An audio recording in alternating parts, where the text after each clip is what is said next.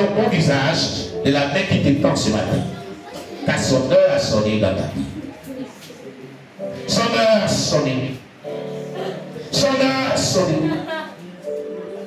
Et voici la gloire de Dieu descend dans ta vie. Elle est tellement grande. Elle enveloppe ton être entier. Elle est une lumière éclatante. Et elle te lubrifie. Elle te renouvelle. Elle te console. Elle te fait du bien. Dieu descend dans ta vie par sa puissance. Sa main est sur toi. Tu ne l'échapperas pas. Tu ne l'échapperas pas. Tu ne l'échapperas pas. Car tu es parmi ceux qu'il a choisi. Écoute, quel que soit ce que tu es, quel que soit ce que tu es, il t'a choisi. Parmi tant de personnes qu'il a choisi. Tu es précieux à tes yeux. Tu es précieux à ses yeux. Il compte sur toi. Il compte sur ta disponibilité pour faire chemin avec toi. Parce qu'il veut faire de toi un canal puissamment. Oui, puissamment utilisé. Puissamment, oui, puissamment utilisé. Il t'a choisi parmi tant de personnes. Tu es précieux à ses yeux. Tu es précieux. Tu es précieux. Tu es précieux.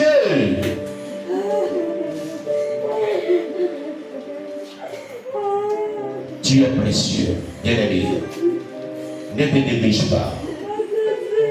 À partir d'aujourd'hui, ne te néglige pas. Il dit sa grâce t'est donnée aujourd'hui. Tu verras sa gloire dans ces temps-ci. Elle se manifestera quand il te parlera à nouveau. Ça faisait un bon moment que tu n'entendais pas sa voix.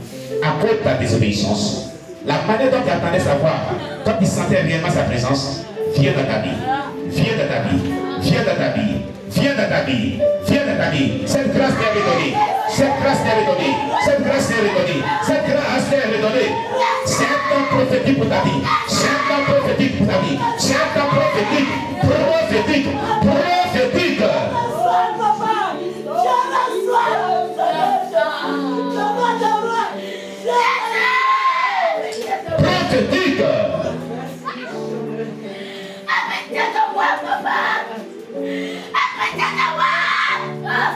Merci Saint-Esprit de Dieu.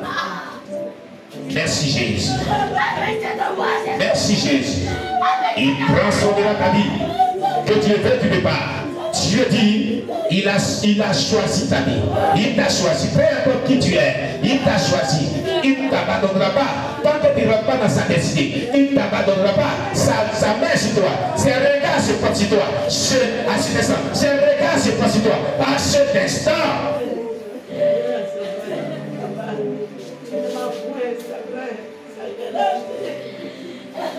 L'Esprit de Dieu est sur ta vie ce matin.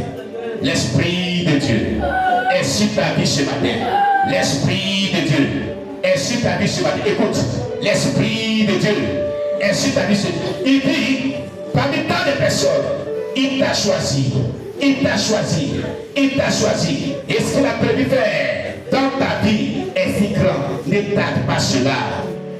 Ne tarde pas cela. Tu es beaucoup bien en retard. Le temps est arrivé pour que tu reprennes ta place. Oui, parce qu'il avait déjà prévu cela. Il te renouvelle. Il te repositionne. Il te renouvelle. Il dit ça pour une nouvelle alliance avec toi. Pour un nouveau départ. Il te pardonne ses désobéissances. Parce qu'il t'aime.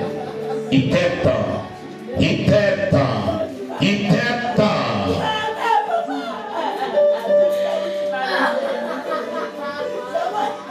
Il t'aime tant. Alléluia.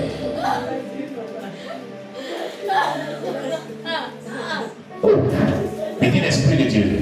Il dit j'ai choisi des hommes, des femmes, des jeunes hommes au milieu d'eux. J'ai choisi des hommes, des femmes, des jeunes hommes au milieu d'eux. Je les ai choisis. Je les ai choisis. Je les ai choisis. Mais dit l'Esprit de Dieu. Il vous a choisi. Le Saint-Esprit le dit. Il vous a choisi. Hommes, femmes, jeunes gens. Dieu dit, il vous a choisi. Pour son œuvre. Pour son œuvre. Pour son œuvre. Merci Saint-Esprit de Dieu. Que ton nom soit béni.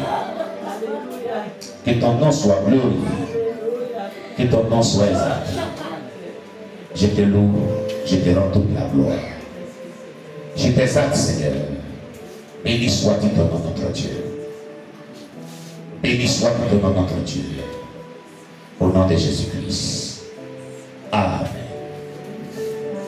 On acclame le Seigneur Jésus-Christ.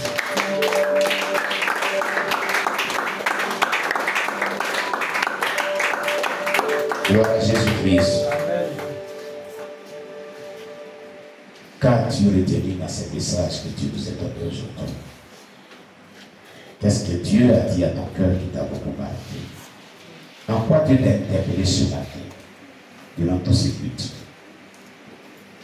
Ce que tu as écouté, en quoi Dieu t'a interpellé ce matin depuis que nous avons débuté ce culte?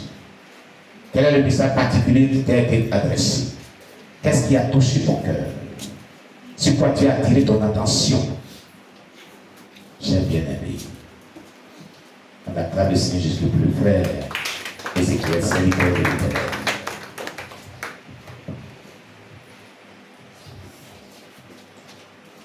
Alléluia. Alléluia. Amen. Vas-y. Je bénis encore le nom du Seigneur ce dimanche. Amen. Et ce que j'ai retenu dans le premier message aujourd'hui, j'ai compris que nous tous nous cherchons Dieu. Mais à celui qui le cherche de manière différente, Dieu se manifeste de manière différente dans sa vie. Amen. Amen. Et j'ai compris aussi que c'est vrai qu'on peut désirer l'onction de certains hommes de Dieu. Lorsqu'on voit certains hommes de Dieu manifester l'onction, nous avons envie de manifester cette même onction. Et au travers de ce message, j'ai compris que pour avoir l'onction, il faut payer le prix de la consécration. Mais avant toute chose, avant de payer ce prix-là, il faut d'abord avoir pour base une vie de sainteté. Et pour continuer, les ordonnances du Saint-Esprit ne se négocient pas. Amen. Lorsque le Saint-Esprit vous donne des directives, il faut les suivre à la lettre, il ne faut pas négocier avec lui. Parce que lorsqu'il vous donne des directives, il sait pourquoi il vous les a prescrites. C'est pour une option qu'il a prévue descendre dans votre vie. C'est pourquoi si vous donne cette prescription-là. Alléluia. Amen. Et ensuite, j'ai compris que la désobéissance au Saint-Esprit réduit l'onction qu'il avait mis dans votre vie. Et au fur et à mesure que nous continuons de lui désobéir, l'onction qu'il avait mis dans notre vie peut disparaître à tout jamais. Amen. Et dans le second message, j'ai compris comme ça que se confier à quelqu'un et ne pas lui faire confiance, lorsque vous vous approchez d'une personne et que vous lui faites confiance, vous lui supposons envoyer un sujet et que vous ne lui faites pas confiance, ce que vous espérez de la personne ne s'accomplira pas. Amen. Amen. J'ai compris que lorsque vous êtes un homme de Dieu et que vous avez l'onction de Dieu sur vous, l'onction oblige les démons à se manifester. Alléluia. Amen. Même s'ils ne veulent pas. Et j'ai compris que marcher avec Jésus-Christ, c'est marcher selon son esprit. On a donné le livre de Galates 5, le chapitre 16 à 17. Amen. Parce que bon nombre de chrétiens aujourd'hui ne marchent pas selon l'esprit, ils marchent selon leur volonté. Alléluia. Amen. Et on a dit aussi dans le livre de Galates 5, le verset 24 à 26, que marcher selon l'esprit, c'est ne pas marcher selon la chair. Amen. J'ai aussi retenu que l'Église vit charnellement parce qu'elle a des désirs contraires à l'esprit. Elle a des désirs et des convoitises qui sont charnels. Alléluia. Amen. Elle est peu spirituelle. Amen. Et nous avons donné le livre de Romains 8, le verset 12. Amen. Et le livre de Jérémie, chapitre 18, le verset 6 à 10, nous a donné clairement les conditions selon la conduite que nous devons avoir. Parce que plusieurs, je peux dire que j'en fais partie, nous avons reçu des prophéties sur notre vie depuis des années. Amen. Et quand ces prophéties-là ne sont pas arrivées dans notre vie, n'ont pas eu l'accomplissement, nous ne nous sommes pas posé la question si le rêve venait de nous. Et on a dit que c'est ces hommes de Dieu-là peut-être qui nous ont magouillés, qui nous ont donné de fausses prophéties. Aujourd'hui, on a compris que, j'ai compris que Dieu peut avoir une prophétie de malheur sur ta vie. Il peut emmener une prophétie de malheur sur ta vie. Mais lorsque tu te répands et que tu reviens à lui d'un cœur sincère, il peut transformer cette prophétie de malheur en une prophétie de bonheur. Amen. Amen. Il peut aussi avoir des plans de bonheur pour toi. Il peut amener l'abondance dans ta vie. Mais lorsque tu vas commencer une vie de désobéissance, lorsque tu vas commencer à lui désobéir, à penser que tout ce que tu fais c'est selon ta volonté, c'est selon ta force, il peut transformer cette prophétie d'abondance là en sécheresse. Alléluia. Amen. Et j'ai compris que lorsque nous nous disons chrétiens, la moindre des choses, la base, ce qui va permettre à ce chrétien de pouvoir marcher constamment dans la gloire de Dieu, c'est marcher selon l'Esprit de Dieu. Alléluia. Amen. C'est ce que j'ai retenu pour vous. On acclame le Seigneur Jésus-Christ. Pour son serviteur Ézéchiel. Alléluia. Gloire à Jésus. Qui d'autre encore vient ajouter quelque chose? Oui. Oui, le frère Thomas, serviteur de l'Éternel, on acclame Jésus pour le serviteur de Dieu. Va nous dire ce que lui aussi, il a retenu. Amen. Ce qui a vraiment marqué son cœur aussi. Ce qu'il comprend aussi, qu'il a compris aussi. Donnez-lui le micro. Amen. Alléluia. Amen. Alléluia. Amen. Soyez béni au nom de Jésus. Amen. J'ai retenu beaucoup de choses dans le premier et dans le deuxième message. Mais dans le premier message, concernant l'onction que Dieu donne à ses serviteurs, j'ai compris comme ça que Jésus-Christ nous a fait une promesse. Il a dit que tous ceux qui vont l'accepter, qui vont le suivre, vont faire plus que lui. Mais nous n'arrivons même pas à faire comme lui. Comment d'abord, à plus forte raison, faire plus que lui. Mais tous ceux que Dieu a utilisés dans la Bible, c'est des gens qui ont pris du temps pour Dieu. En fait. Donc j'ai compris que quand on est chrétien, il faut avoir du temps pour Dieu. Amen. Il y a 24 heures dans la journée. Si on prend 6 heures comme ça pour dormir, il va nous rester combien? Environ 18 heures. C'est dans les 18 heures. Si on a pris, pour ceux qui sont fonctionnaires ou autre chose, 8 heures de travail, il reste 10 heures. Mais est-ce que dans les 10 heures, on prend au moins 5 heures de temps pour prier concrètement, sincèrement? Ça ne se fait pas. On ne le fait pas. Donc, dans les 24 heures que Dieu nous donne, c'est parce qu'on ne prend pas assez de temps pour consacrer à notre Seigneur. On ne prend pas assez de temps pour prier véritablement. Que Dieu ne se manifeste pas comme il se doit. À l'église, quand on vient à l'église, bon, je vais me confesser un peu. La première fois que je suis venu ici, j'ai trouvé que le culte, que ça durait un peu plus qu'ailleurs. Et dans mon cœur, mais le but, la preuve n'a pas encore fini.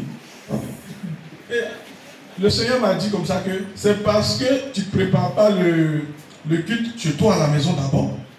Et maintenant, quand je vais venir, je prends le temps de prier à la maison. Amen. Actuellement même, je ne suis pas fatigué. Gloire à Jésus. Ça veut dire que plus tu prends le temps en face de Dieu, plus les choses de Dieu deviennent faciles et plus la volonté de Dieu devient ta volonté. Gloire à Jésus. Mais quand on doit prier pour demander quelque chose à Dieu, là, les choses ne s'accomplissent pas parce que nous ne prions pas selon la volonté de Dieu. Et pour prier selon la volonté de Dieu, il faut passer du temps dans la présence de Dieu. Quand tu passes le temps dans la présence de Dieu, tu vois que ce que tu demandes à Dieu là, c'est ce que Dieu même veut. Donc ça s'accomplit toujours. Amen, amen, amen. Mais toutes ces choses-là, comment on peut le savoir si on ne prend pas le temps de prier, si on ne prend pas le temps d'être en face de Dieu? Maintenant, pour le premier message, l'onction. L'onction qu'on doit recevoir de Dieu, comment ça doit se passer? Continue. L'onction que les serviteurs de Dieu ont reçu, les grands serviteurs de Dieu, comme David, comme l'apôtre Paul, tout ça qui était véritablement utilisé. C'est des gens qui prenaient le temps de prier véritablement. Moi, je pense que si le peuple de Dieu prend vraiment le temps de prier, Dieu va se manifester puissamment. Amen. Donc c'est ce que j'ai retenu, que vraiment il faut s'approcher de Dieu et beaucoup prier. Amen. On acclame Jésus-Christ pour son serviteur. Sois béni, serviteur de l'Éternel. Oui, qui d'autre encore?